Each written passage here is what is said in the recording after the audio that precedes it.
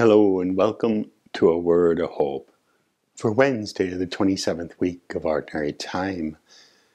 I'm Father Scott Steinkirchner, and today's first reading finishes the book of the prophet Jonah.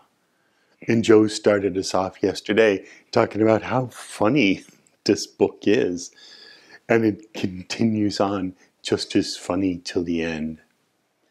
The prophet Jonah goes up and sits on the hillside, makes a little lean-to to sit under, to watch the destruction of the city, which he knows isn't going to come because God's so merciful.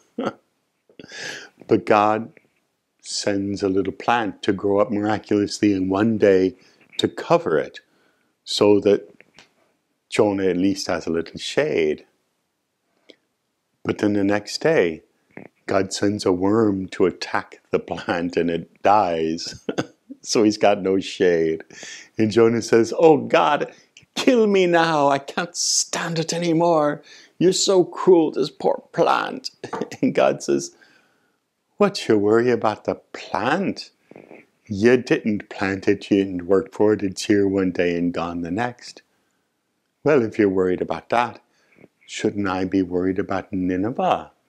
120,000 people I worked to save, not to mention the cattle." Jonah sees the people of Nineveh as his enemies, and he wants God to smite them. God sees the people of Nineveh as people he's worked for. And don't forget the cattle, they were putting on sackcloth and ashes. He says, if you have compassion for this plant, how can I not have compassion for all these living beings? And that's the challenge for us. What is it that we care about? Brother Joe yesterday challenged us, shouldn't we care about climate change and pandemic and all these things that the wider society cares about? But this is underscoring that with, well, so what are you getting so upset about? What are you praying to God for? And is it these little things, or even smite my enemies?